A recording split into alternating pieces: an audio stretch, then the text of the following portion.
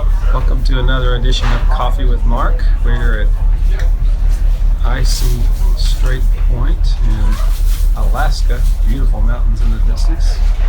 And enjoying wildlife and an anniversary cruise with my beloved. And some really nice coffee here. Actually, what we have here today is some Two Lions coffee from Vienna Coffee House in Maryville, Tennessee. Interesting because it's called Two Lions because it's two different types of Ethiopian coffee blended together. We actually saw a couple of sea lions this morning, so that's pretty interesting. So basically what happens here on board the ship is this is the cup that the ship coffee comes in, and the ship coffee tastes like ship coffee.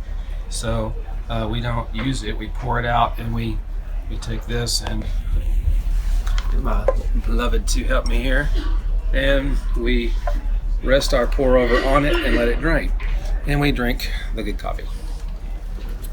So give this a try.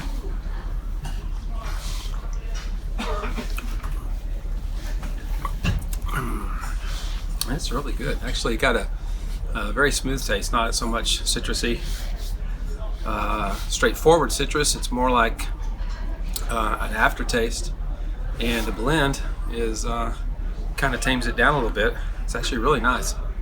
Roasted, kind of medium, maybe light medium. It's good stuff. Well, this morning I've been going through some of the first books of the Bible because my mom's old Bible that she left when she passed away I'm now using that to transfer my notes of my Bible, about 30 years worth of notes, into her Bible, and going back through getting an overview of the different books of the Bible. So I just wanted to share a little bit about that with you.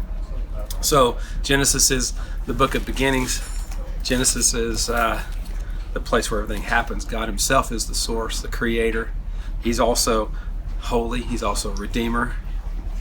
He's also the God of generations,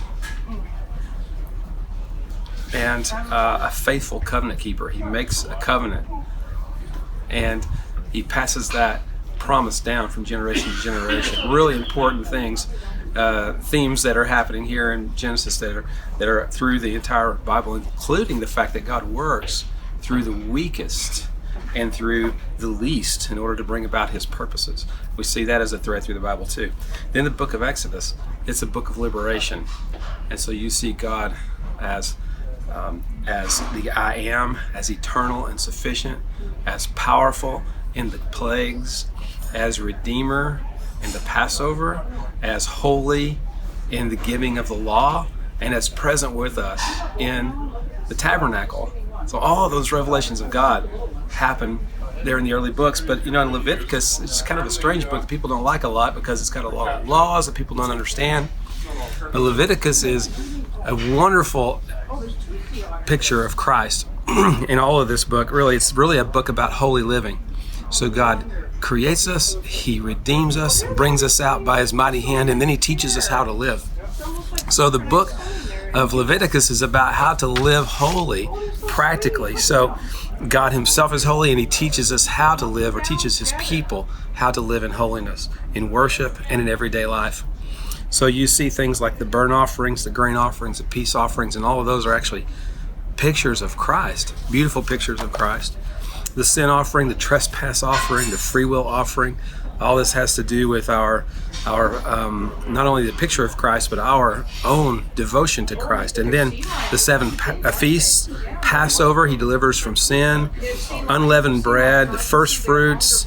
So it's Christ's resurrection, it's Pentecost, the outpouring of the Spirit, trumpets, second coming, Day of Atonement, the work of Christ. All this is wrapped up in there.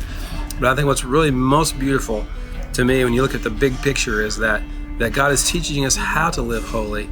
In fact, even in the laws of the Sabbath, saying that holiness even bleeds over into our calendar, everyday living. And he wraps this up in Leviticus in chapter 26, verse 11 and 12. And I love this morning.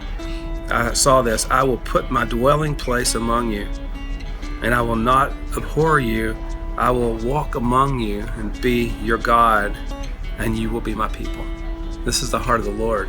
Not only to create us, to redeem us, to show us His power, but to teach us how to live holy and to be with us.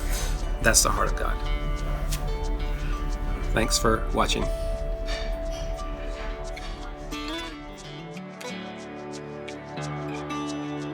Hey everyone, thanks so much for watching. If you enjoyed this video, feel free to like, comment, and share, and check out our other videos.